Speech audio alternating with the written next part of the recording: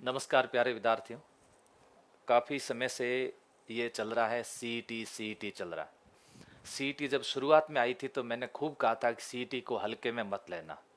CET का जब दूसरी बार एग्ज़ाम हुआ तभी मैंने कहा था सीईटी को हल्के में मत लेना।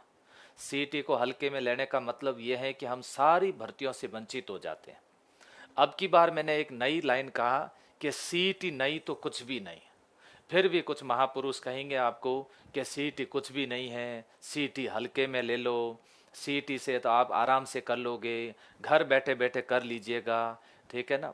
ऐसी चीज़ों से दूर रहना आप लोग, क्योंकि सीईटी यदि पास नहीं कर पाए, मैं तो खुला कहता हूँ कि सीईटी के लिए मेहनत करो।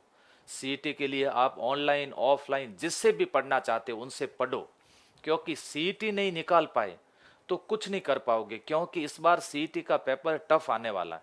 ये 20 लाख में से आपको कितने 3-4 लाख ही पास करेंगे, और 3-4 लाख पास करेंगे ताकि ये चाहते हैं कि आगामी जो भर्तियां हैं उसमें जो कैंडिडेट बैठे हैं वो कम हो और परीक्षाएं बड़े मजे से करवाएं। ये चाहते हैं, आलोक राज जी ये चाहते हैं। मैं ये चाहता हूं कि 20 लाख के 20 लाख ही पास हो जाएं और आगामी भर्तियां ऐसी टफ हो कि चैलेंज हो आलोक राज जी के लिए कि वास्तव में राजस्थान के योद्धाओं में दम है कि उन्होंने पास कर दिया। इसलिए चूकना मत, इस बार मेहनत करनी है, दबा के मेहनत करनी है। ऑफलाइन भी बैच ले रहा हूं मैं, ऑनलाइन भी बैच ले रहा हूं, लेकिन मैंने भी इसलिए इस बार ठान लिया है, चाहे बैच मेरा ऑफलाइन हो या चाहे बैच ऑनलाइन हो, उन लोगों को कुछ सब्जेक्ट सेलेक्ट करूंगा, सेलेक्ट करके उस सब्जेक्ट पर सबसे ज़्यादा प्रैक्टिस करवाऊंगा। पर डेली टेस्ट करवाऊंगा, हर दिन टेस्ट होगा, ताकि प्रतिदिन टेस्ट होने से बच्चे को ये लगेगा ये सब्जेक्ट मेरा तैयार हो गया है। अब देखो क्या है, 150 प्रश्न है, इसके अंदर 300 अंक है। सीनियर सेकेंडरी स्तर है, प्रश्नों का स्तर थोड़ा अच्छा है, सेकेंडरी स्तर नहीं सीनियर।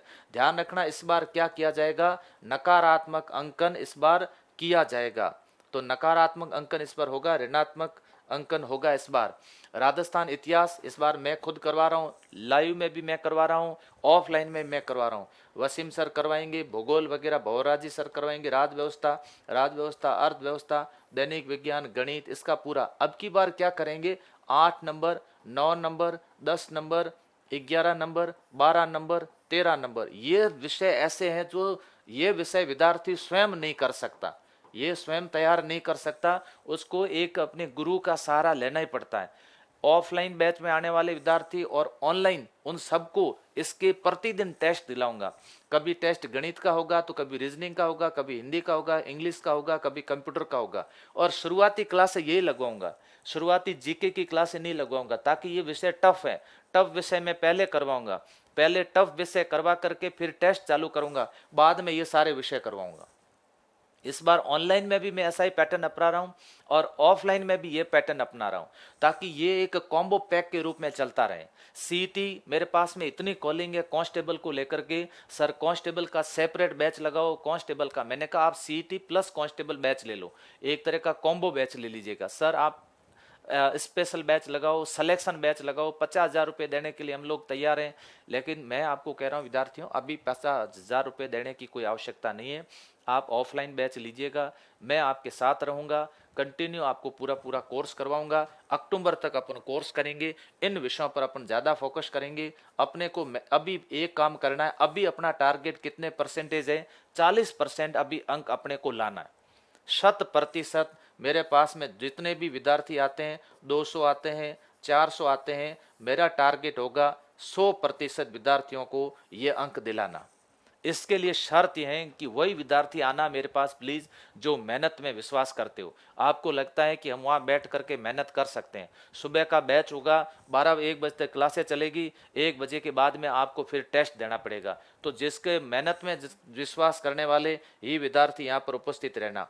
अब देखो क्या होगा, यहाँ पर 12वीं पास के लिए अगर बता देता हूँ, 12वीं पास है ना, 12वीं पास और स्नातक लगभग कितने विद्यार्थी इसके अंदर बैठेंगे, 20 लाख प्लस बैठेंगे, 20 लाख। और इधर कितने आएंगे, लगभग कितने, 4 लाख। ये जो 4 लाख आएंगे ना, हर भर्ती पर कोई किस में, पटवार में भी जाएंगे, अब ये कांस्टेबल में भी जाएंगे, ये वीडियो में भी जाएंगे, और ये एलडीसी भी, और एलडीसी ये लैब लैब का भी एग्जाम देंगे, यही बच्चे घूमते रहेंगे इधर इधर इधर इधर, ये बच्चे सब में घूमते रहेंगे।